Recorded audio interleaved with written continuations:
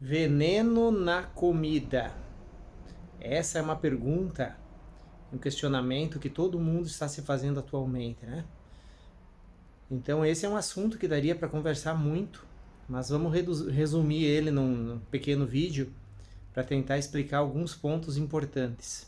Então no passado, né, o que tipo de contaminação tinha no alimento? Eu falo alimento assim, os grãos, cereais, os produtos assim minimamente industrializados.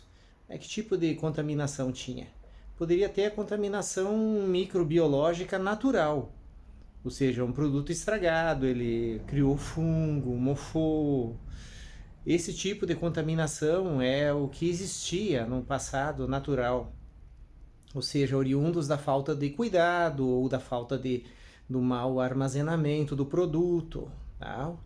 Porém, os tempos mudaram, né? Os tempos mudaram, surgiu a tecnologia, então junto com ela surgiu também os pró e os contras. Né?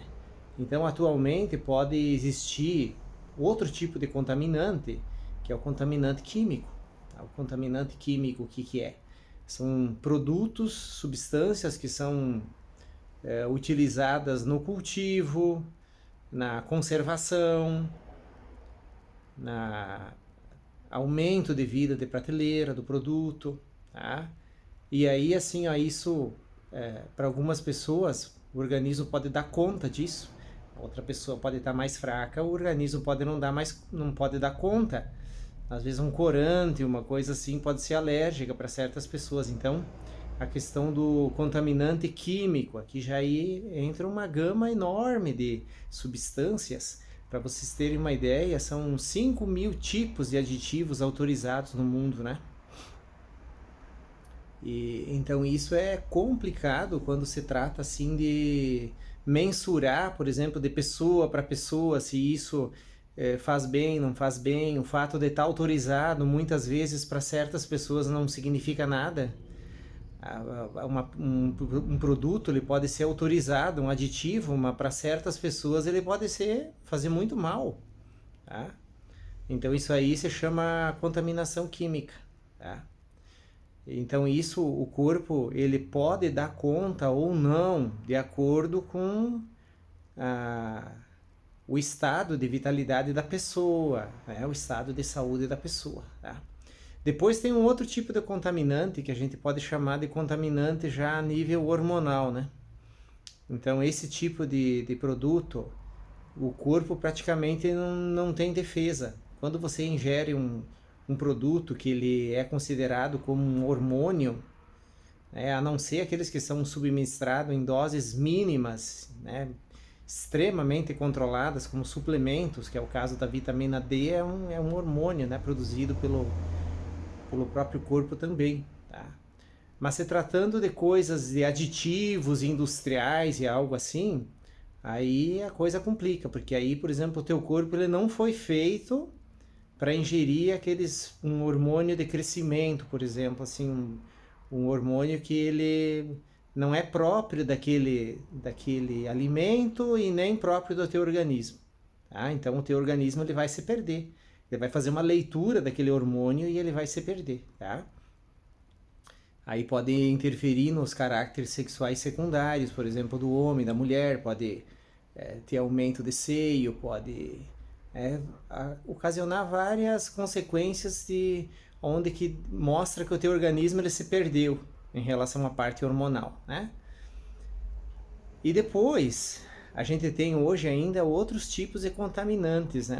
Por exemplo, assim, a questão a contaminação atômica, né? Você sabe que lá onde aconteceu aquele acidente lá por último, lá no Japão,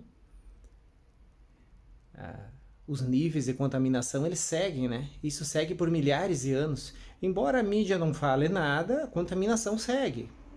Ou seja,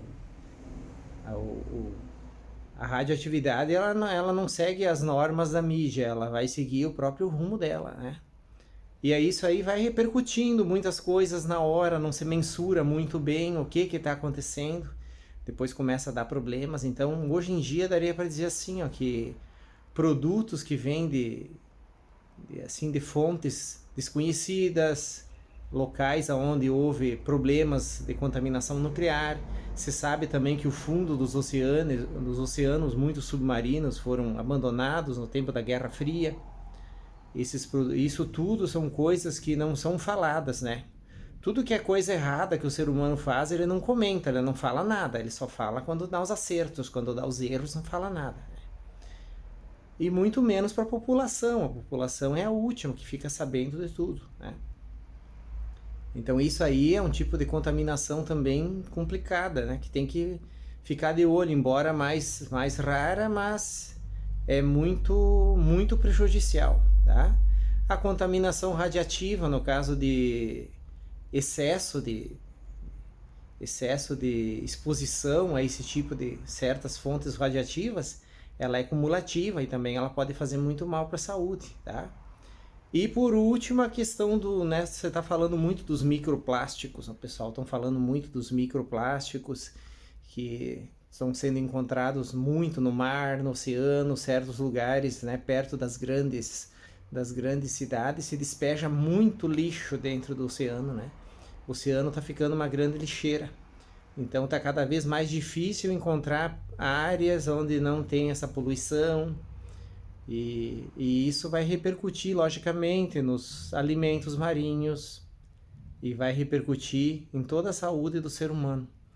Então, todas essas coisas são coisas que a gente tem que ficar alerta, né?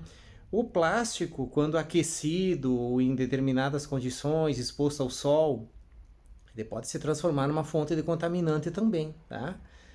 Então, é mais uma questão que a pessoa tem que ficar alerta. Então a gente vai aprendendo, observando as coisas, né? E a questão dos herbicidas. Os herbicidas é a contaminação química, né? E infelizmente não existe dose segura para veneno. O corpo ele dá conta, ele cria antídotos, ele neutraliza, mas ele tem um limite para isso.